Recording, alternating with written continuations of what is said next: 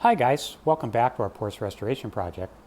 In this video we're going to go over the complete steering system on this car, go over each component in fairly explained detail to see what's going on, all the different torque settings, positioning and right order of assembly, hopefully in a clear way where it's understandable. Actually not too complicated of a system to put together, just need to pay attention to a couple of details in there. Some of these things we still need to just tune up and finish up. We'll go over that as we put it on piece by piece.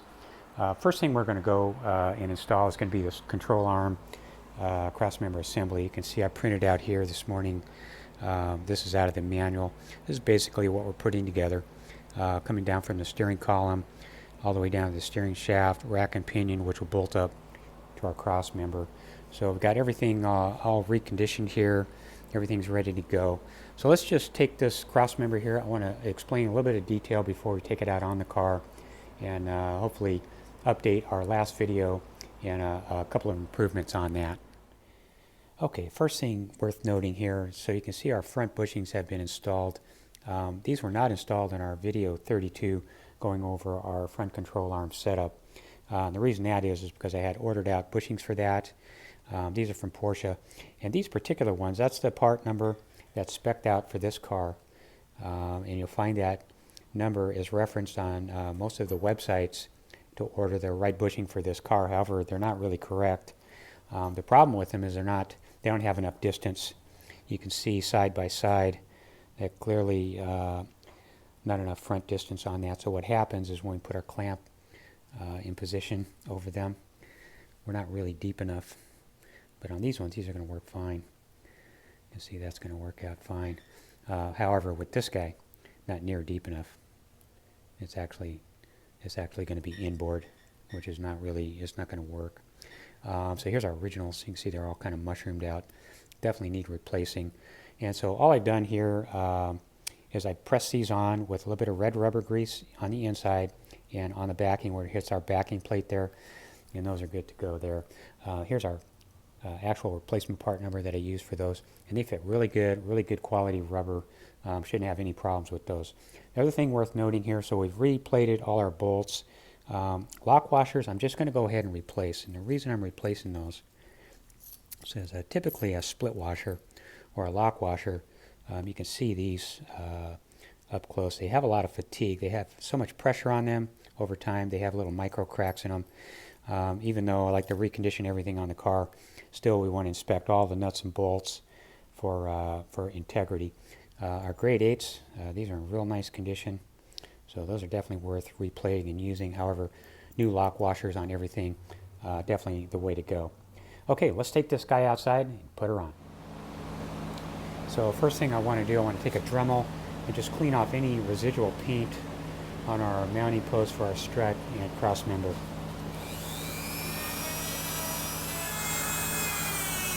Okay, that should do it. So we're going to do that top and bottom.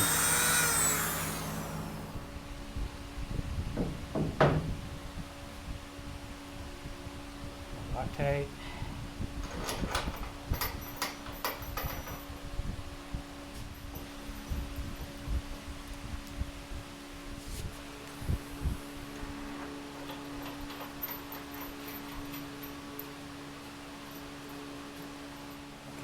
So for now, we're just going to snug the crossmember bolts, not tight, just enough so everything is seated.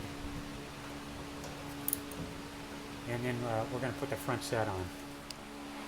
And then same thing on the front set here. We'll want to clean off these mounting surfaces, make sure that's all scraped clean. Denatured alcohol on our bushing because the inside is what's going to do the pivoting. This outside we want stationary. Then we'll tuck this guy from behind. It's going to seat in there. Small bolt is going to go in the front. We'll set that one first, a little Loctite, and then we'll follow up with the rear two. Okay, next one in. Just going to get everything started. It looks easy, but actually it's not. Everything's fighting for the same space. So we don't want to over torque, so we can line this hole up here. If we got too much angle or too much play in it, it's not going to go in. Okay, it's going.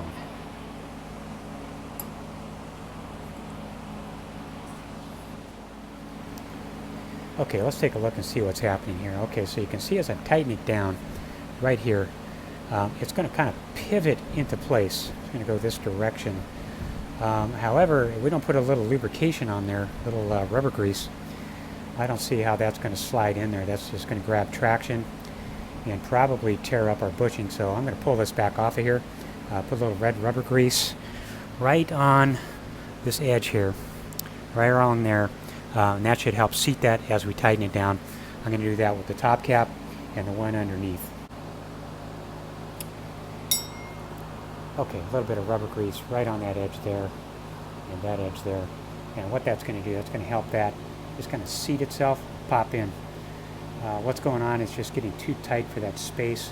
It's wanting to sit down on top of it rather than drop behind it and sit behind it.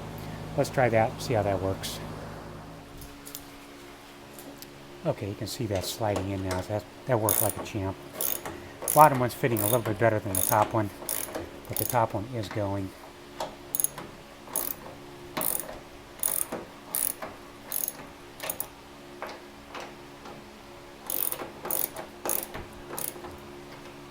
I just want to tighten those up. Once everything is in good position, look, everything looks seated, then we'll go ahead and torque everything down at one time. Okay, and then onto our torque setting. So our flan block set bolt, that is 34 pounds. This one is going to be 65 pounds. We'll go ahead and set that 34 pounds first to top and bottom, and then we'll come back, finish it off at 65 pounds.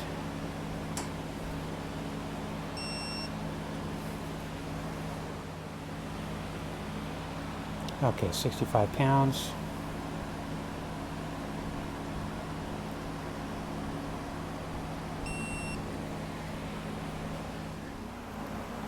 Okay, got everything torqued down front and rear. Let's take a look at that bushing. You can see how that rubber grease really helps seat that guy in there. Also plenty of length coming through the front there. Let's go ahead and get our struts going, slide those in, and tighten those up. So just sliding our strut in. A little bit of slack on this nut first. There's our post here. Just tap that on.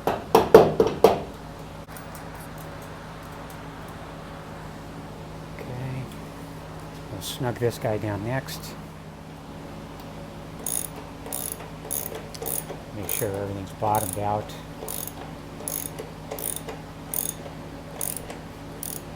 Okay, going to do this top and bottom, then we'll go ahead and tighten these bolts down. Okay, I'm just putting a little dab of Loctite on there. Run that guy in until it stops. Just ever so slight snug. We don't want to be pulling on this piece this direction. We just want it to bottom out.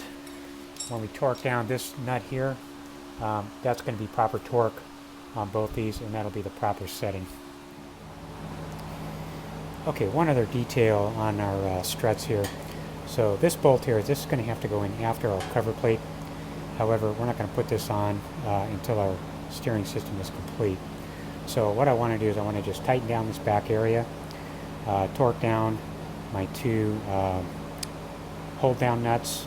Then once we like everything's in place, we'll have no longer any reason to go back inside here.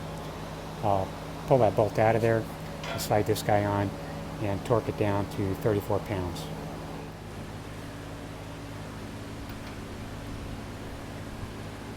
Okay, and then 47 pounds is the torque for our hex nuts.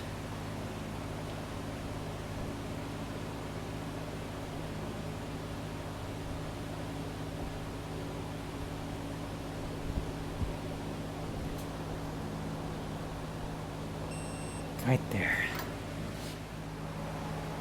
Okay, so we got our crossmember all mounted.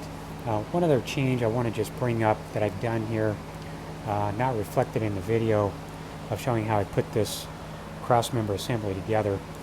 This rear adjustable retainer cap, I showed in the video putting this together with lithium grease. After just rereading the manual, kind of thinking that through, probably a better choice is more of a dry type lubricant. So what I did is I pulled those caps out of there, wiped them clean with some denatured alcohol, and really lubed them up with an anti-seize paste. Grease is probably fine in there, but however, just because of the nature of how this thing works, probably a little bit drier wouldn't be a bad idea. Okay, let's go ahead and get back into the shop, take a look at that rack and pinion.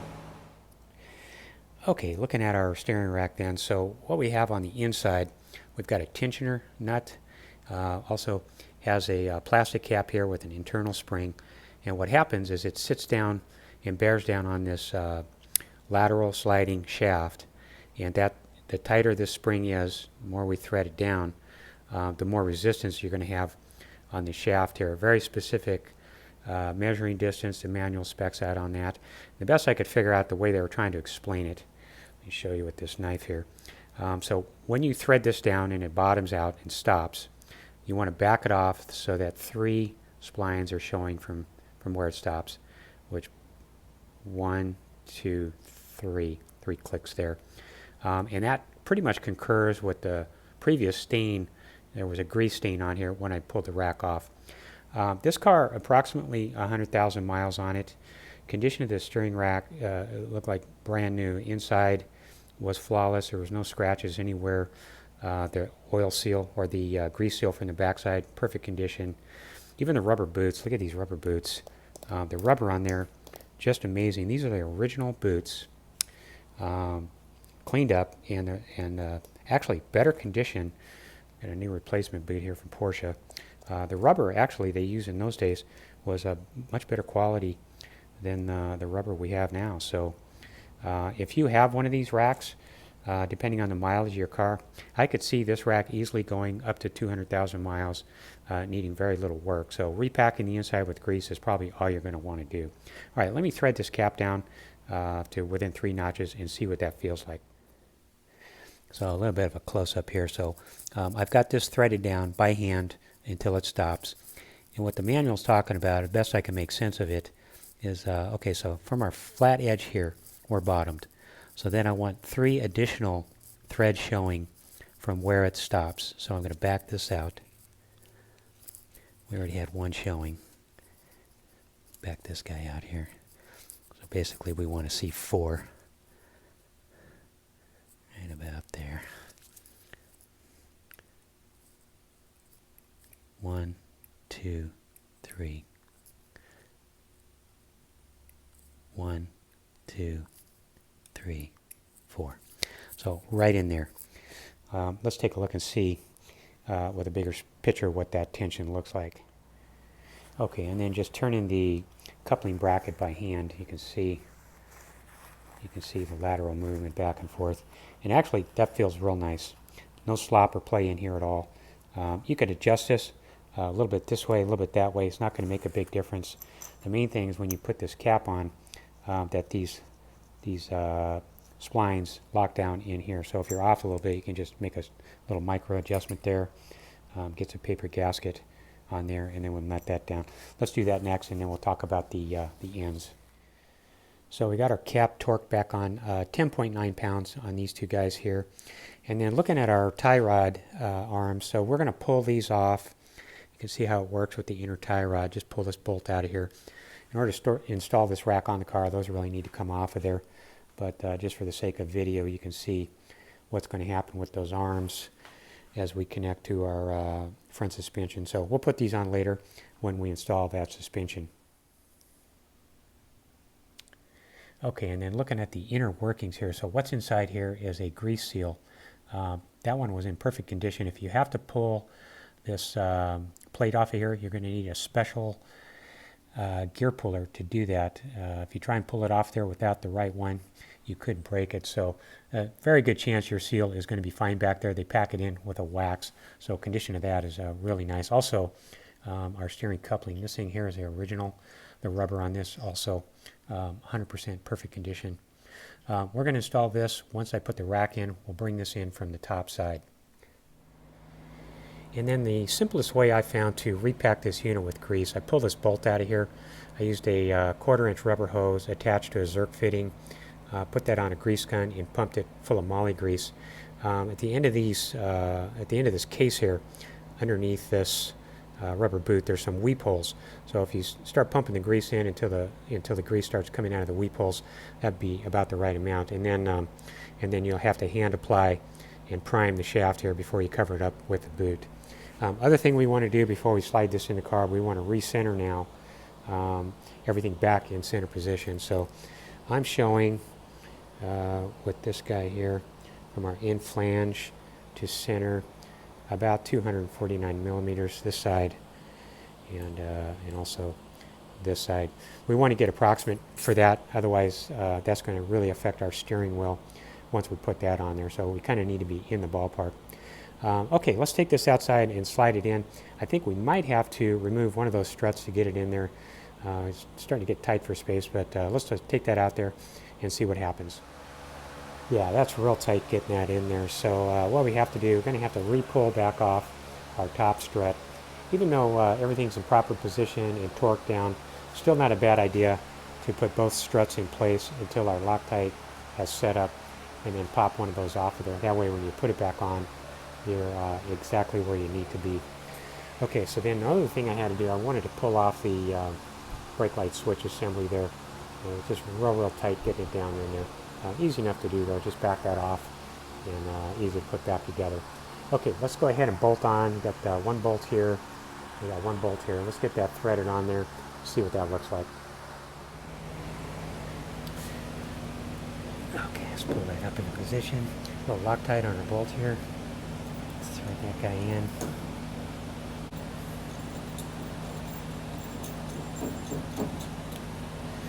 Finger tight, and then we'll do the bottom one.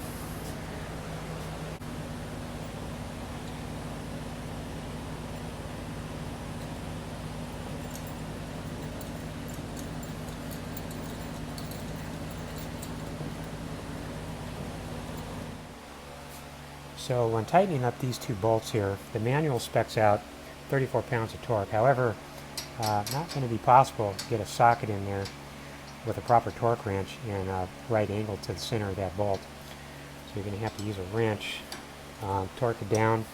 It should be a medium feel to that. If we over torque this aluminum housing, we could strip the threads in here, and that would be really bad. So Loctite, new lock washer in there, 34 pounds of torque, and you have to do that by feel, which is like a medium torque setting, and then stop. Once that Loctite takes over, we should be in good shape. So we're in position. Let's just go ahead, put our strut back in there, also our brake light switch, and step back, take a look at it. Okay, everything's in place, torqued down, and put back. So we got a brake light switch back in there. What we want to do, we want to just double check everything before we close this area up. Make sure all our lines are clearing. Got sealant around our main brake line coming through the tunnel there. We had fuel lines. Everything's nice and tight. Once we close this guy up, it's going to be real difficult to get in here and work once the car is back on the ground. Okay, everything's looking real good here. Let's go ahead and get the cover plate and close her up. So looking at our cover plate then, all this is basically, it's my original, just sandblasted this up, POR 15, and a couple of new seals from Porsche. And that's basically just going to slide over the front of this strut and then nut down there. And then we're going to torque down our rear strut bolts on top of that to 34 pounds. Okay guys, so there's everything pretty much needed to complete the bottom side of this car. So I think we're going to stop this video here, and we'll conclude the steering in a second part. That'll be everything from the top side up to the steering wheel. For now, this pretty much wraps up everything on the bottom side of the car. At this point, we really have no more need for the rotisserie. So once we roll this over, I'll get the top side steering in. Everything works out, looks good. Then we'll go ahead and break down this rotisserie and lower the car. Well, thanks for tuning in, and we'll see you on the next video.